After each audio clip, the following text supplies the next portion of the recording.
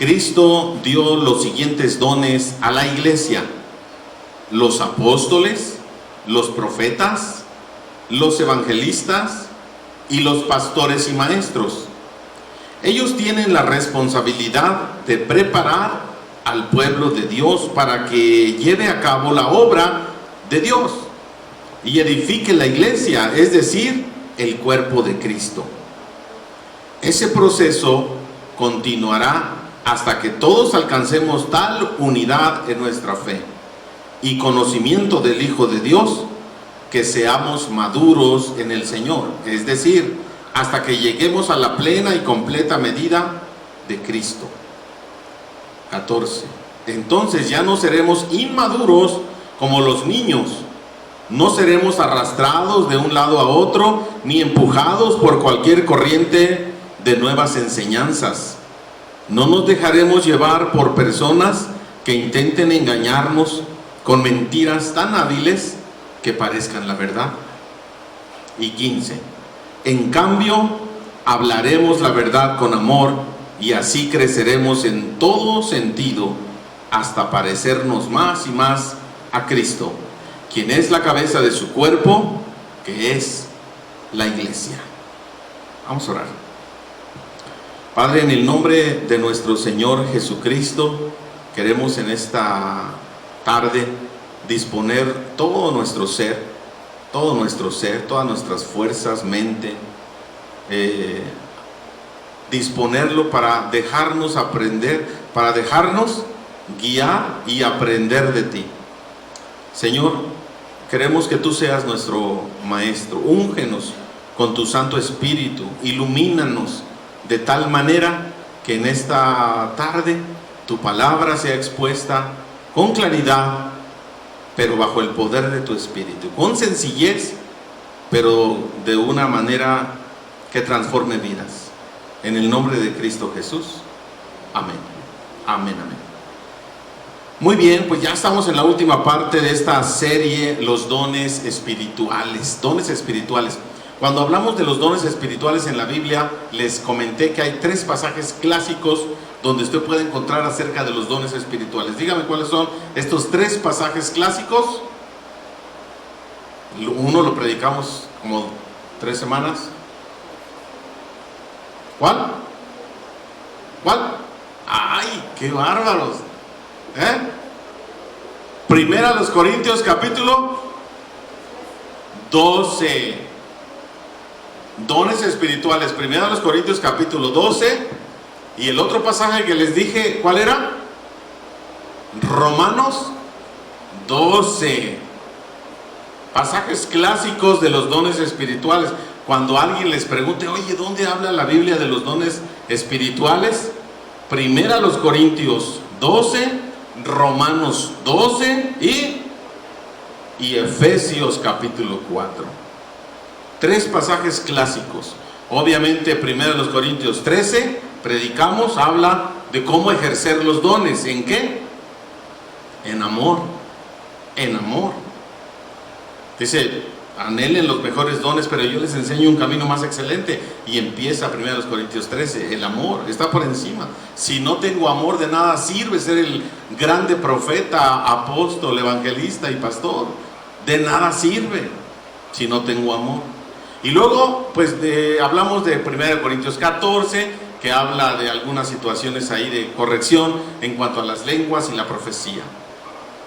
Y vimos que la clasificación de los dones eran dones de soporte o de servicio, que la mayoría de nosotros nos movemos en ese tipo de dones, de servicio, de soporte, administración, el asunto de los dones. ¿Cuáles son los dones de servicio? ¿Cuáles son los ministerios que usted se desempeña aquí?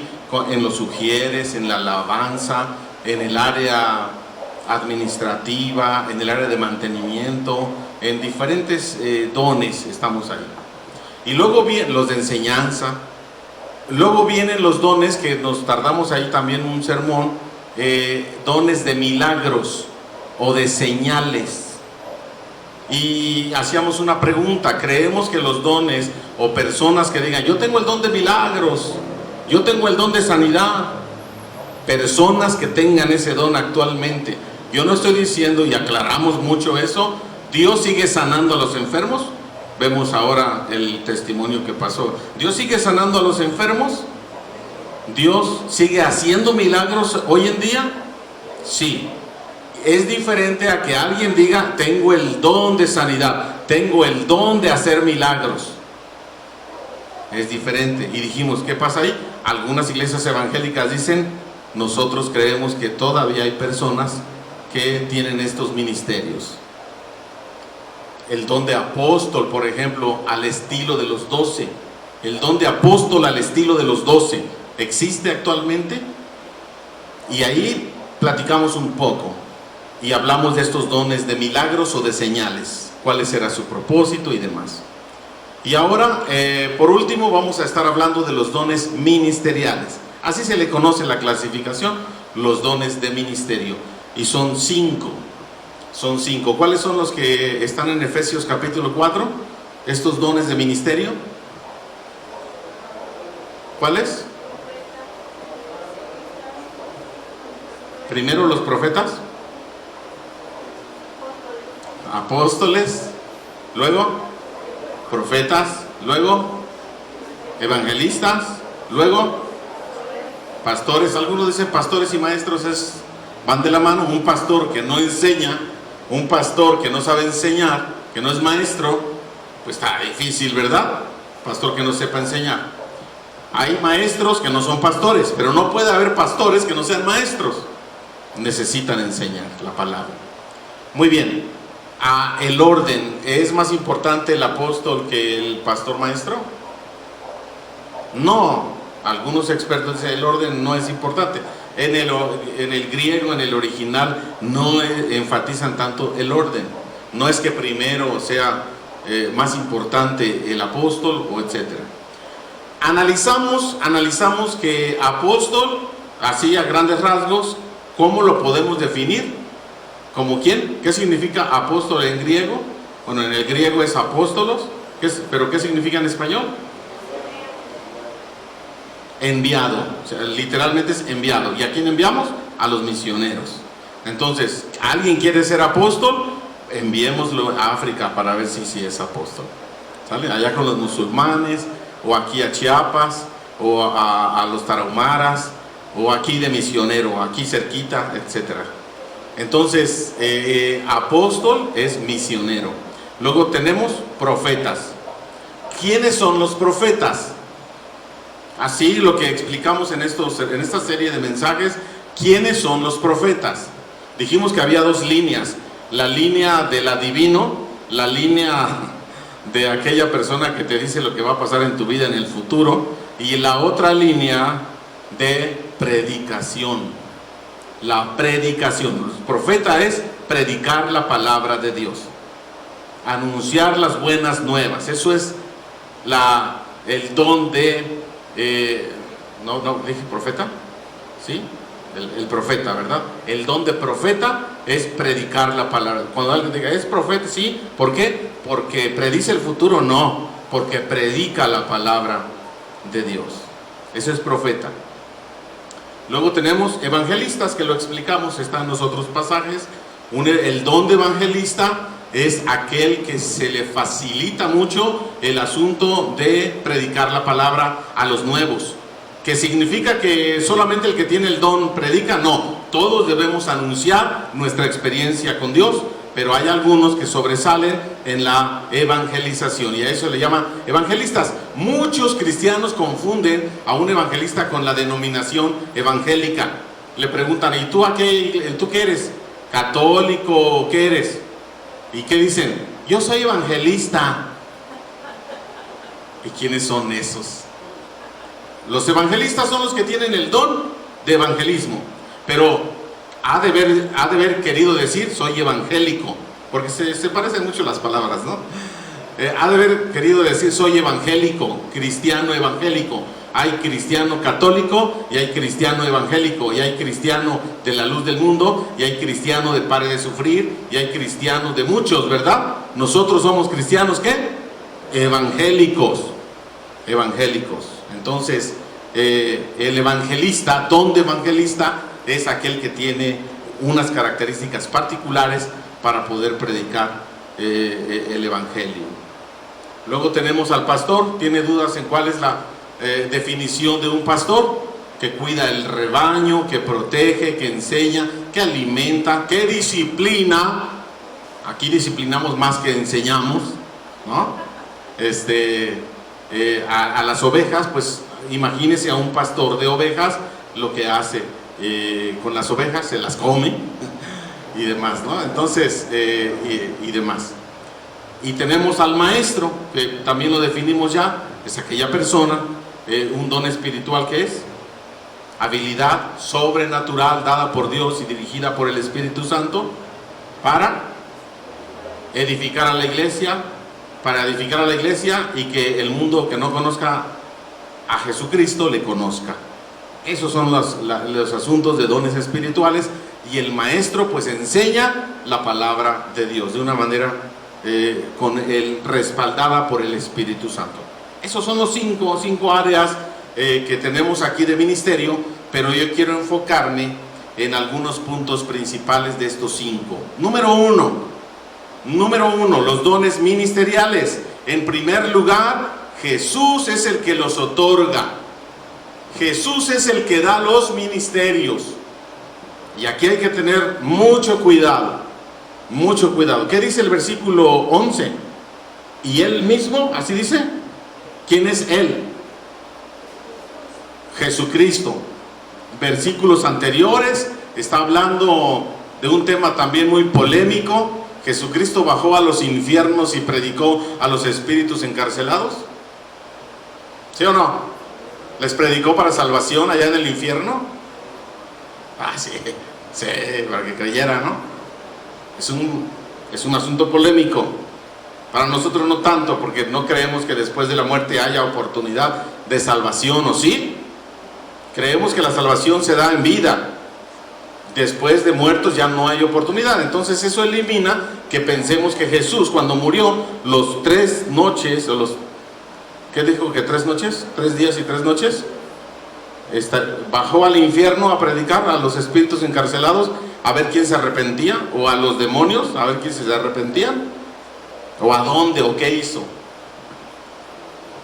Nosotros no creemos que Él bajó a predicar para ver si se arrepentían. Él bajó a declarar su victoria. Y luego dice que lleva cautiva, ahí dice versículos anteriores, llevó cautiva ¿la qué? La cautividad. ¿Qué significa eso? ¿No? Bueno, no vamos a entrar en ese punto hoy. Vamos a verlo para otra vez.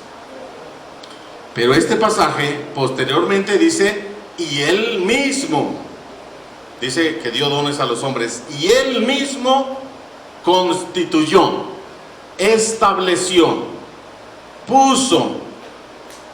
¿Sí o no? Dice aquí esta versión, y Él mismo dio dones. Y está hablando de la iglesia.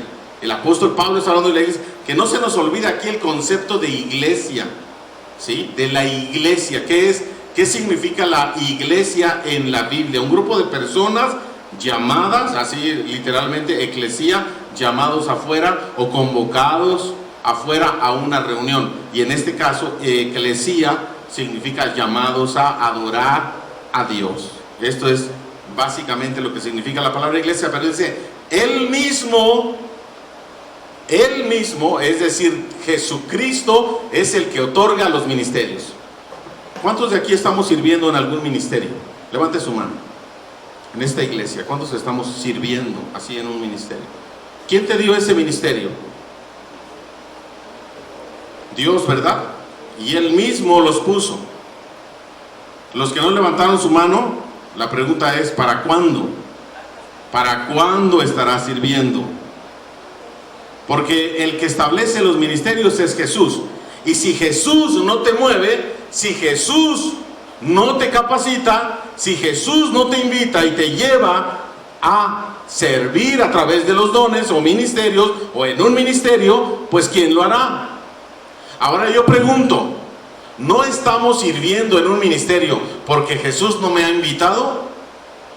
Estoy esperando aquí sentado a ver qué día Jesús me invita a servir. ¿Sí? O Jesús ya te invitó y no quieres ir.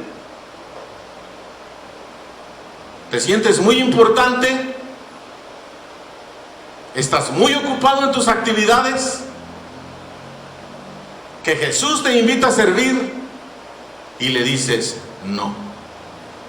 ¿Quién se atreve, después de haber celebrado Santa Cena, quién se atreve a decirle a Jesús que no cuando Él te invita a algo? Después de que comprendemos que Él compró nuestra vida con su sangre preciosa y que nuestra vida le pertenece a Él, cuando Él nos invita a servirle, ¿quién se atrevería a decirle no, ahorita no, gracias? ¿Quién? Muchos. La única institución, el único reino donde el súbdito le dice no al rey es la iglesia. En el reino de Dios los súbditos pueden decirle al rey, aguántame tantito que estoy ocupado. ¿Qué les pasaba en épocas antiguas cuando un súbdito le contestaba así al rey? Le cortaban la cabeza.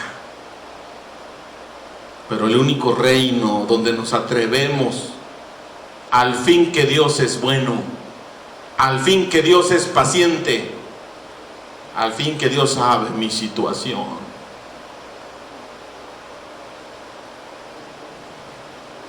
Y Él mismo constituyó a unos, y ahí viene la lista. Dios es el que invita, Dios es el que da, Dios es el que otorga, Dios es el que pone en la iglesia. Escúchame bien, en la iglesia. Si no te haces miembro de una iglesia local, de una iglesia que es el cuerpo de Cristo, como lo establece en este pasaje, si no eres miembro de una iglesia, entonces va a ser bien complicado que tu vida eche raíces y dé fruto para Dios. Va a ser bien complicado, porque la estructura para los hijos de Dios, para los creyentes en el Nuevo Testamento, la estructura que Dios usa es la iglesia. Cristo murió por su iglesia y así lo dice: tú eres Pedro, que quiere decir piedra, y sobre esta roca edificaré ¿qué? Tu iglesia, la iglesia de los hombres. Mi iglesia le pertenece a Cristo, murió por su iglesia. Él invita a servir en la iglesia para que podamos juntos hacer equipo, para que juntos tengamos más fuerza, para que juntos hagamos un mayor impacto, para que juntos tengamos proyectos, para que juntos nos ayudemos a crecer unos a otros, a corregirnos. El hierro con el hierro, ¿qué dice? Se aguza. ¿Qué significa eso? Se afila, ¿verdad? Se afila. ¿Han visto a los carniceros afilar sus cuchillos? ¿Con qué? ¿Con una madera? Los cuchillos son de fierro, de hierro, con otro hierro. Por eso entre los hombres líderes que estamos aquí, que venimos de diferentes lugares, echamos chispas unos con otros cuando servimos juntos, porque nos estamos afilando unos a otros. Nos estamos corrigiendo, nos estamos soportando, nos estamos enseñando y edificando unos a otros. Y esto es la iglesia. Si alguien tiene una idea distinta a lo que el apóstol Pablo está hablando, a lo que Jesús habló con respecto a la iglesia, está bien. Pero no, si quieres sustentarlo con la palabra de Dios, que podemos servir fuera de la iglesia, fuera de la autoridad de la iglesia, estamos muy equivocados. Y no estoy hablando de que se sujeten al pastor y que hagan lo que diga el pastor. No estoy hablando de ese tipo de autoridad. La iglesia tiene autoridad. Y si usted es miembro de la iglesia, tiene que estar sujeto. La cabeza es Cristo. La autoridad es Cristo. Y Él nos usa a todos. El pastor, diáconos y ancianos somos miembros más. Un miembro más del cuerpo de Cristo, de la iglesia, donde la cabeza es Cristo. Que aquí lo va a decir. Primer lugar, entonces, Jesús es el que otorga. Jesús es el dueño de su iglesia. Jesús da los dones. Él capacita, pero en el orden correcto, en el orden correcto. Hermano, ya no puedes servir en este ministerio porque no te estás conduciendo de manera correcta, por esto y por esto. Y tú dices, a mí el ministerio me lo dio ¿quién? Dios, Cristo, y solamente Él me lo quita. ¿Será? ¿Dónde está la autoridad? ¿Dónde está el orden? En la iglesia. No nos gusta mucho eso, ¿verdad? No nos gusta rendir cuentas, sujetarnos a una autoridad y demás, porque creemos que Dios es el que me llamó, Dios es el que me sustenta, y Dios me da y Dios me quita. Sí, es correcto, pero en un orden correcto, en un orden establecido, que es la iglesia. Si tú menosprecias la iglesia, si tú menosprecias ser miembro de una iglesia, si tú menosprecias, estás menospreciando la palabra de Cristo, la palabra de Dios. Si tú minimizas el concepto de iglesia, estás minimizando lo que Dios está mandando y estableciendo para que podamos funcionar de una manera correcta. Tengamos cuidado con eso. La iglesia, Jesús es el que otorga los ministerios, y Él mismo. Número 2, versículo 12. ¿Para qué? ¿Para qué nos da ministerios? ¿Para qué?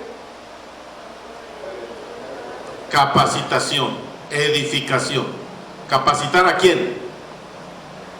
A los santos. A los santos. ¿A quién va a capacitar? Dios te da un ministerio. ¿Para qué? Para capacitar a los santos. ¿Vas a ir a buscar a los santos de Estados Unidos? ¿A los santos de Irak o de Rusia? ¿A los santos de dónde? De tu iglesia. De tu iglesia. ¿Quiénes son los santos? A ver, levante la mano los santos que están aquí. Los santos. ¿Sí? ¿Qué significa santo? Apartado para Dios por su gracia. Apartado para Él. Levante la mano los que son justos. Levante la mano los justos. ¿Quién es justo? ¿Allá fueron menos? O sea, los santos, ¿hay santos que no son justos? ¿Cómo? A ver, levante la mano los justos. Yo soy justo en todo lo que hago. A ver, levante la mano. ¿Quién en este momento se muere, se va al cielo? Si en este momento hay una tragedia, ¿quién se va al cielo? Y nos morimos todos. ¿Quién se va al cielo? Con todos y zapatos. ¿Todo? ¿No todos? ¿Tiene dudas? ¿No todos se van al cielo? ¡Wow! ¡Ay! Y estamos en la mejor iglesia del mundo. A ver, levante la mano. ¿Quién es perfecto? Ahora nada más 2.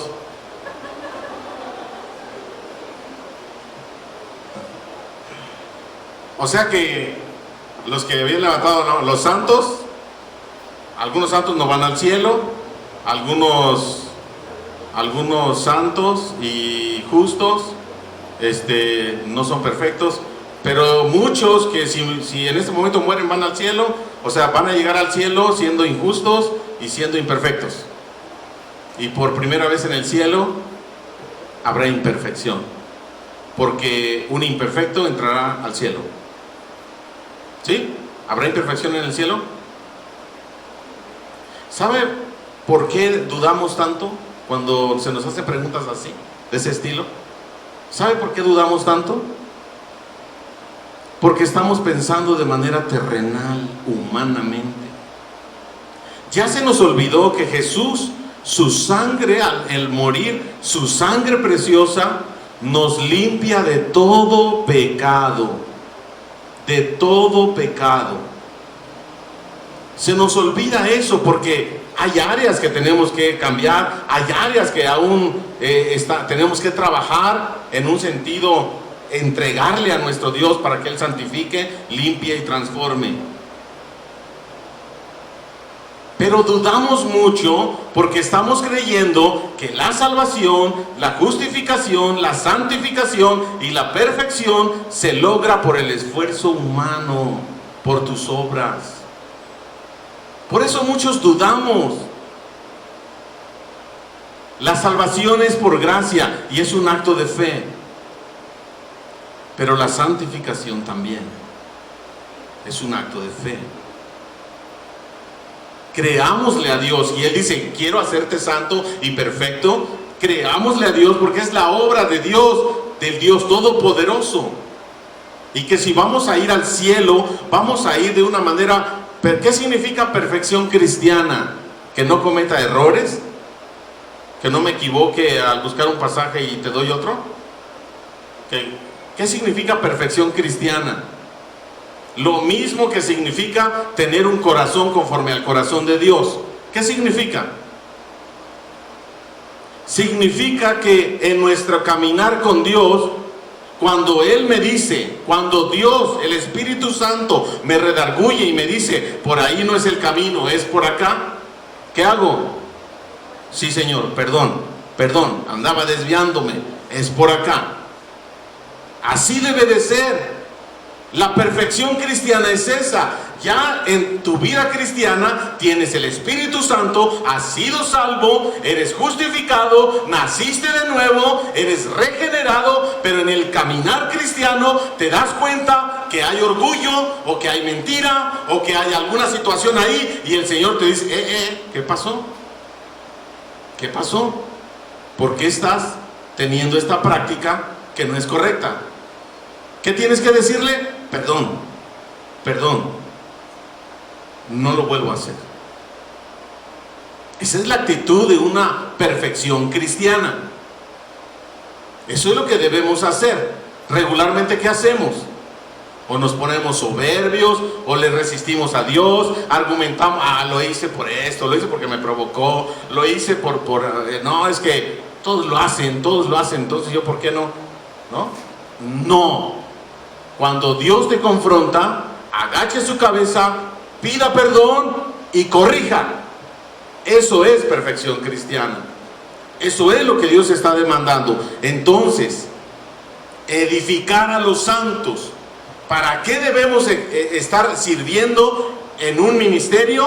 Para edificar a los santos, edificándonos unos a otros, corrigiéndonos unos a otros, enseñándonos unos a otros. Esto es el propósito por el cual los dones espirituales existen. ¿Qué más? Tercer lugar, versículo 13. ¿Para qué dice? ¿Cuál es el propósito de estos dones ministeriales, de este servicio a Dios? ¿Para llegar a qué? Para llegar a la unidad de la fe y del conocimiento. ¿Para qué?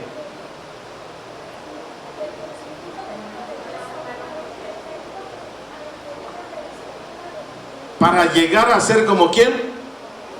Como Cristo. Ándale.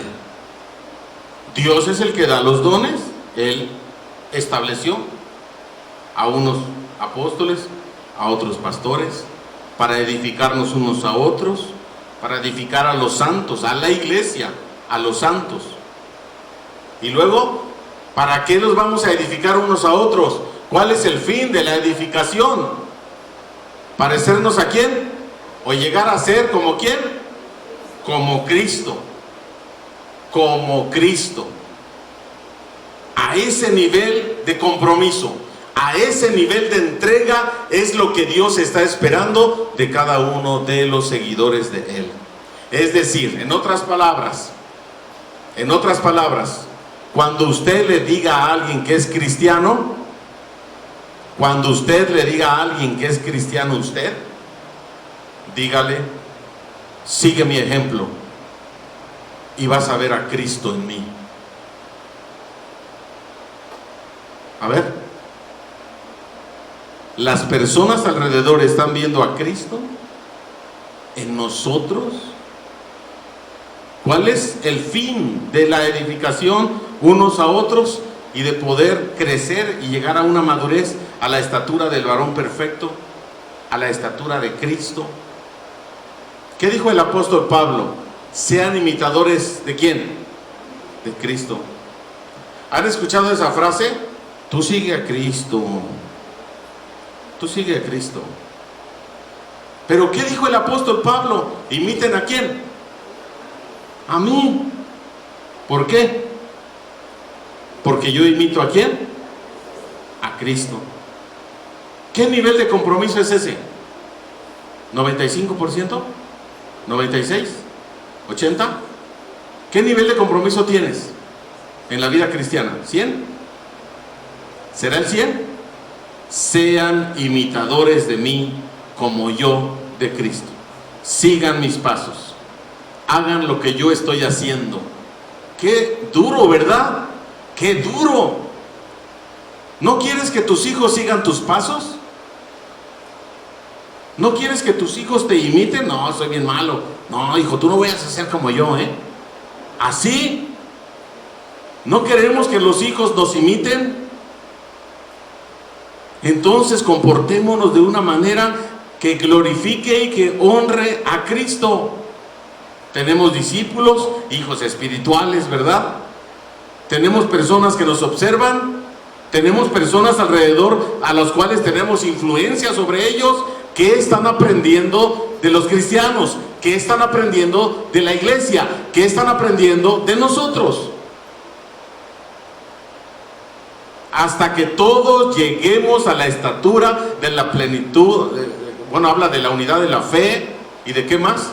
¿Qué significa la unidad de la fe? Del conocimiento ¿de quién? Del Hijo de Dios, dice el apóstol Pablo. Yo tengo mucho conocimiento de la ley. Soy fariseo de fariseos. Educado bajo los pies ¿de quién? De Gamaliel, el gran maestro.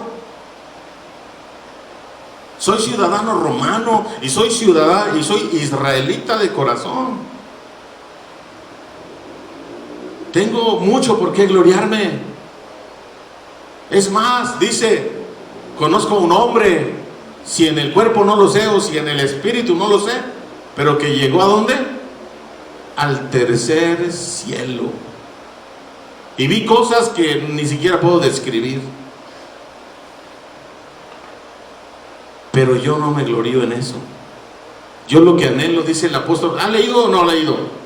Lo que anhelo es conocer más a Jesucristo, conocerle más. Es más, todo eso lo tengo, toda la religiosidad que yo tenía, el conocimiento que yo tenía, lo tengo por basura,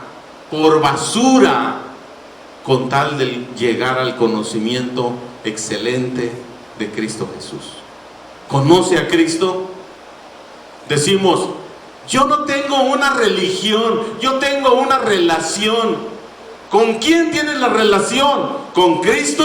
Debes de conocer excelente a ese Cristo si no tienes una religión. Debes de conocerlo de una manera excelente si no tienes una religión y tienes una relación. Jesucristo debe ser tu prioridad, tu pasión, tu motivo de vida, tu motivo de trabajo, tu motivo para estar casado o casada, tu motivo para tener hijos, tu motivo para levantarte en la mañana tiene que ser Jesucristo, si tienes una relación con Dios. Así es de que entonces dice que debemos llegar a ser como Cristo. ¿Qué nivel de compromiso, hermanos, iglesia? ¿Qué nivel de compromiso?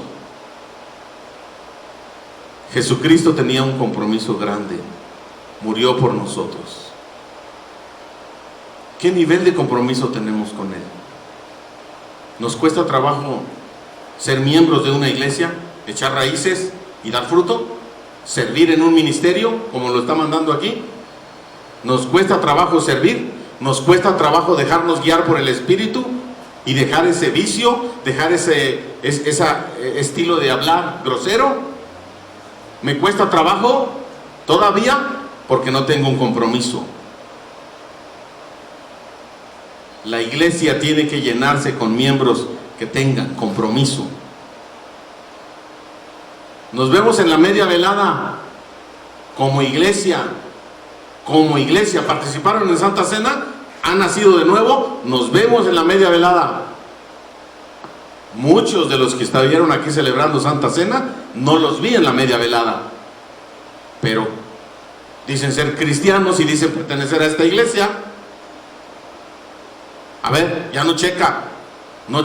Muchos de los que celebraron Santa Cena, muchos de ustedes no están sirviendo en un ministerio. ¿Qué pasa? Agradeces a Dios por su muerte, por su sangre y su cuerpo entregado, pero no quiero servir, no checa, ya no checa. Entonces, o somos o no somos. Como la chimotrufia, como digo una cosa, digo otra. No puede ser así. El apóstol Pablo no está hablando de ese estilo de vida. El apóstol Pablo está hablando de un nivel de compromiso 100. Ni menos ni más. O somos o no somos. No hay un asunto a la mitad. No hay un asunto donde Cristo haya dicho: voy a morir por ti el 80% y luego muero el otro 20%, ¿no? No es así. El compromiso con Cristo es un compromiso de vida o de muerte. A ese nivel, hermanos, a ese nivel, Jesucristo les dijo: ustedes me siguen por conveniencia, porque creen que si vienen el domingo a cantar, a dar su diezmo y a escuchar la palabra, les voy a cuidar, les voy a bendecir con salud, con trabajo, y les voy a andar haciendo cosas. No, así no es la vida cristiana. La vida cristiana es una entrega del corazón, un estilo de vida diferente, en amor a Dios, y después es todo lo demás. Parecidos, imitadores a Cristo, hasta que todos lleguemos. Y algunos interpretan este texto: hasta que todos nos muramos y el Señor Jesucristo venga. ¿Será hasta ese entonces? ¿O será que desde ahora podemos llevar a cabo eso? Ahora podemos ser. Pero un compromiso, ¿vale la pena, hermanos? Iglesia, ¿vale la pena? Claro que vale la pena. Mira, muchos predican, muchos he escuchado a muchos. ¿Sabes qué? Viene lo mejor, viene a tu vida algo bueno, viene lo mejor, en tu vida viene lo mejor. Mentira, es una mentira del diablo. Hermanos, iglesia, lo mejor ya vino hace más de 2000 años, murió en una cruz, resucitó al tercer día y está aquí invitándote a que le reconozcas y te comprometas con Él. Amén. Lo mejor no va a venir, lo mejor ya vino. Muchos incrédulos dicen: muéstrame a Dios y entonces creeré en Él. Que Dios baje y entonces se manifieste y entonces voy a creer en Él. Escúchame, iglesia, Dios vino y lo matamos. ¿Y quién creyó? Aunque Dios venga y se manifieste, el que no va a creer, no va a creer. Gente dice que se manifieste Dios para creer en Él. Vino hace más de 2000 años y lo matamos. ¿Para eso quieren que se manifieste Dios? Lo matamos como si Él se dejara matar o como si Él muriera, ¿no? Pero ese es nuestro pensamiento humano. Pero estoy hablándoles del compromiso, del área de los ministerios, de los dones que Dios derrama a través de su Espíritu para su iglesia. Para su iglesia. Edificar, no habla aquí de edificar al cuerpo. ¿Quién es el cuerpo de Cristo? La iglesia. La iglesia, hermano, que no se te escape esto, que Dios está hablando de la iglesia en unidad, familia espiritual, equipo, juntos. Vamos, avancemos, cuidémonos, ayudémonos a crecer juntos. Que si alguien cae, se levanta. Que si alguien cae y no se puede levantar, ahí estoy yo para levantarlo. ¿Cuánto se nos ha criticado a los cristianos que somos el ejército, donde un soldado cae y todos los demás nos hacemos de la vista gorda? Cuando un soldado cae en la guerra, ¿qué hacen los demás soldados?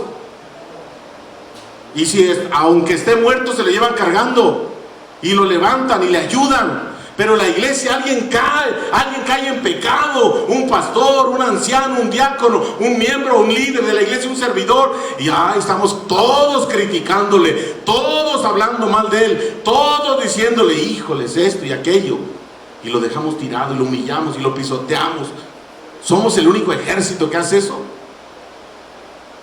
Ayudémonos unos a otros a crecer, a ser como Cristo. ¿Qué haría Cristo si alguno de nosotros se cae? ¿Qué haría Cristo? Y en último lugar, ya estamos acabando, ya se nos pasó la hora. Para que no nos engañen. ¿Para qué más sirven los ministerios? Para que no nos engañen tan fácilmente. ¿Qué dice el versículo 14? ¿Alguien lo quiere leer? Para que ya no seamos niños fluctuantes, ¿llevados por quién? Por todo viento de doctrina, con diferentes enseñanzas. Es que ya vinieron y me dijeron que el Feng Shui es bien bueno. Y ya es que me dijeron que acomodara con ciertos colores, con ciertas figuras, la sala, el comedor, y eso te va a dar buena suerte. Es que ya me dijeron que si yo siembro ahí en la televisión con, ¿cómo se llama ese grupo? Pague por sufrir. Pague por sufrir. No pare. Que ya me dijeron que si yo doy, el Señor me va a bendecir. ¿Dónde dice eso? ¿Dónde lo dice? El Señor Jesucristo dice, ¿quieres ser mi discípulo? Niégate a ti mismo, toma tu cruz.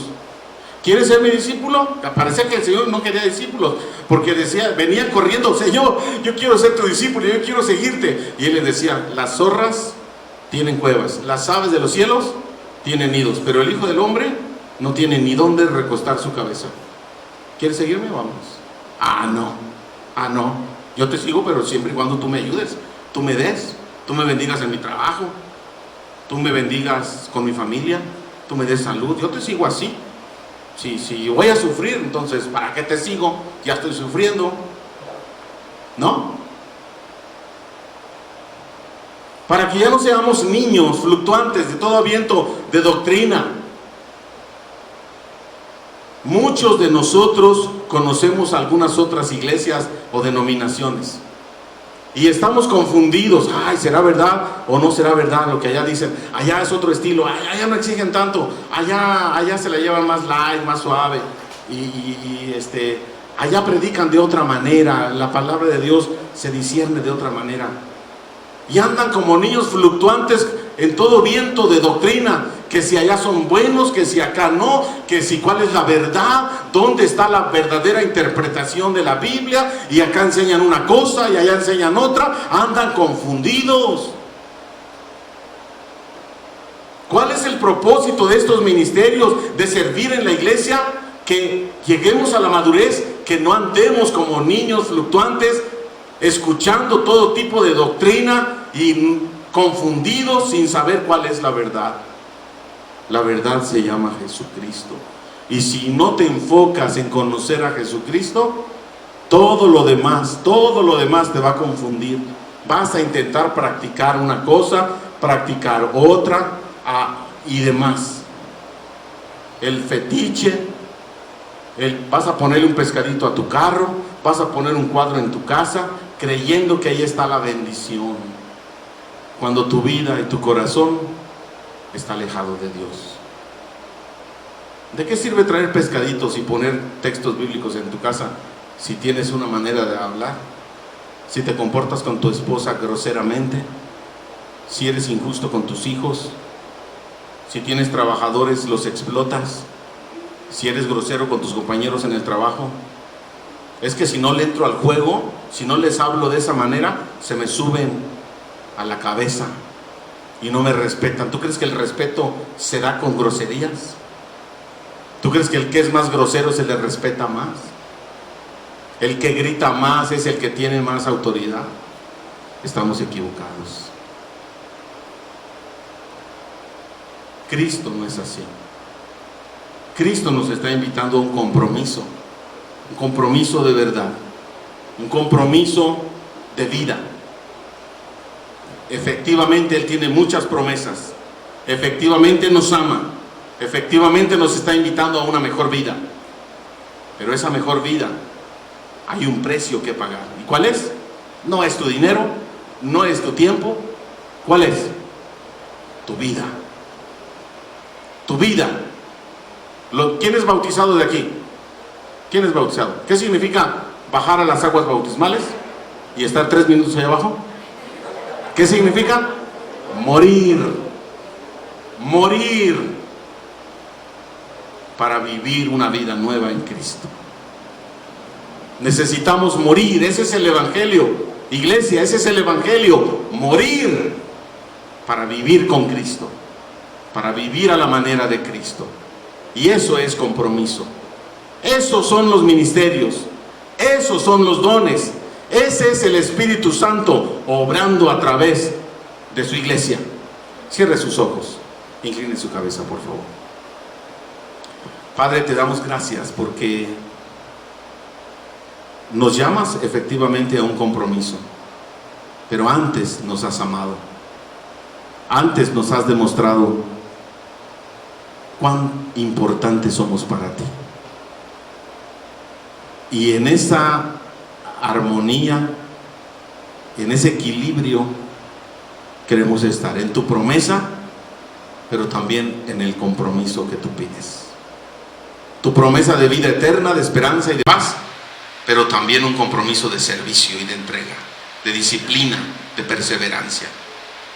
Ayúdanos, Señor. Tú nos has apartado, tú nos has santificado para ti, te pertenecemos a ti.